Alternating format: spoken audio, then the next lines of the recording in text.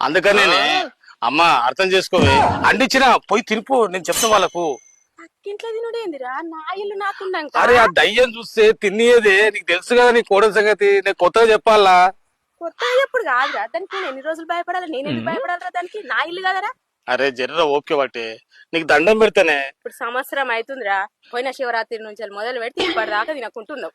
అందుకనే నేను తినకపోయినా పర్లేదు, తల్లికి అట్లా పసులు పెట్టడం కరెక్ట్ కాదనే కదనే. అష్ట కష్టాలు పడి దాన్ని తెలియకుండా దొంగతనంగా వాళ్ళతో మాట్లాడి ఒప్పించి చేపించింది, మంచిగా కడుపు నిండా తినిపో. కడుపు నిండా తినుడు చల్లగుండా కాదురా, పక్కింటోళ్ళ ఇంట్లో దొంగతనాన్ని తినడం, నా ఇంట్లో నేను దొరసాను లెక్క తింటా కదరా. నా ముఖం చూడవే అమ్మా, ప్లీజే నువ్వు పోవే, తినిపోవే. చెల్లా అని చెప్పినట్టు వింటున్నావురా.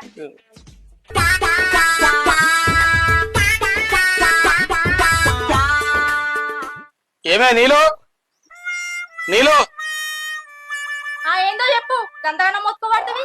ఏం లేదే, నీకు ముచ్చట చెప్పాలి. అసలు నువ్వు గుడికి పోయినావా, కొబ్బరికాయ కొట్టినావా? నీ చేతిలో పెట్టే కొబ్బరికాయ లేదు. బాబు చుట్టూ కొడతారు, సైలెన్స్ ఉన్నాడు. అబ్బా దొరికిపోయినరా. ఇదే ఆగం, ఇట్ల కొంత ఆగం. ఏమో బిత్తిరి ముఖం వేసుకొని చూస్తున్నావు, నాకేదో అనుమానంగానే ఉంది. దగ్గర చెప్పేది తిని కదా, ఇంటి వినాలి కదా, బుర్ర ఉండాలి కదా. ఈరోజు నువ్వు చికెన్ తినొచ్చినావు కదా, నేను ఇంట్లోకే రానియా. నేను చెప్పినా కదా చికెన్ తినొద్దని. ఏ నీ లొల్లి పాడు. చెప్పు నిజం.